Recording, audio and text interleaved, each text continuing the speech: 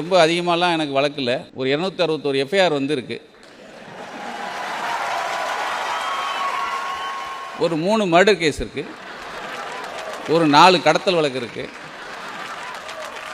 ஒரு பொடா வழக்கு, ஒரு ஆயுத வழக்கு.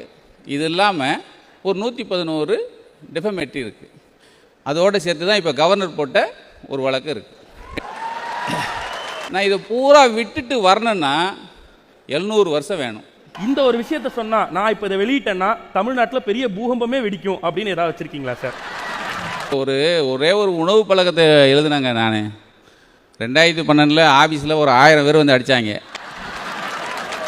2012 அந்த உணவு பழக்கத்தை நான் சொன்னது சரின்னு இப்போ தாங்க ஒரு வாரம் முன்னாடி ஒருத்தர் டிவியில் பேட்டி கொடுக்குறாரு. அம்மா வந்து நல்லா சாப்பிடுங்கிறாரு. நான் 2012 அதை தாங்க சொன்னேன். 1000 பேர் வந்து ஆஃபீஸ் அடித்தாங்க. என்னைய போட்டணுன்னு முடிவு எடுத்தாங்க. நான் தப்பிச்சு போயிட்டேன். அது வேறு விஷயம்னு வச்சுங்க. அதே மாதிரி தான் கொஞ்ச நாளைக்கு முன்னாடி ஒரு பேராசிரியை பற்றி சொன்னோம். ஒரே நாளில் நமக்கு குண்டக்க மண்டக்க வச்சு அடித்தாங்க. நல்ல வேலையாக எல்லாரும் ஒரே கோர்ட்டில் நின்று எனக்காக போராடினதுனால அன்றைக்கி சாயந்தரமே வெளியே வந்துட்டோம். அது இப்பயும் நினைக்கிறேன். இந்த மெடல் கொடுத்ததுனால நீங்கள் நல்லது நினைக்கணும்னு நினைக்கிறீங்களா? அதெல்லாம் இல்லை. ஏண்டா, நான் தான் உனக்கு ஒரு ஓரமாக உட்கார சொன்னேன். மெடல் வேறையா உனக்கு? இருக்குடி, இருக்கு. நாளை காலையிலே வரலாம், இல்லை இப்போ நம்ம வெளியே போகையிலே வரலாம். ஆனால் இதை தாங்கிட்டு இந்த வழியோடு வாழ்ந்துட்டு இதை நாங்கள் நடத்தி கொண்டு போகிறதுக்கு ஒரு பெரிய பலமாக இந்த விருதை நாங்கள் எடுத்துக்கிறோம். கொஞ்சம் வெயிட்டாக தான் இருக்குது.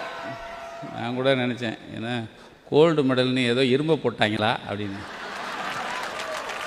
இவ்வளோ வெயிட்டுக்கு கோல்டும் கொடுக்க முடியாது. இதை கொள்ள தான் அடிக்கணும். இருந்தாலும் மனுஷனுக்கு ஒரு பிச்சைக்கார புத்தி இருக்கும் இல்லையா? ஒவ்வொரு வருஷமும் இந்த 5 வருஷமாக ரோட்டில் போயில இந்த கோல்டு காயினை போட்டு ஒரு போஸ்ட் ஒட்டியிருப்பாங்க, பிகைன்வுட் மெடல்ஸ்னு. இவ்வளோ பெருசாக தராங்களா அப்படின்னு எனக்கு நமக்கு ஒரு பிச்சை, அதான் சொன்னல, நமக்கு ஒரு புத்தி இருக்கும். இது என்னைக்காவது நமக்கு கொடுக்க மாட்டாங்களா?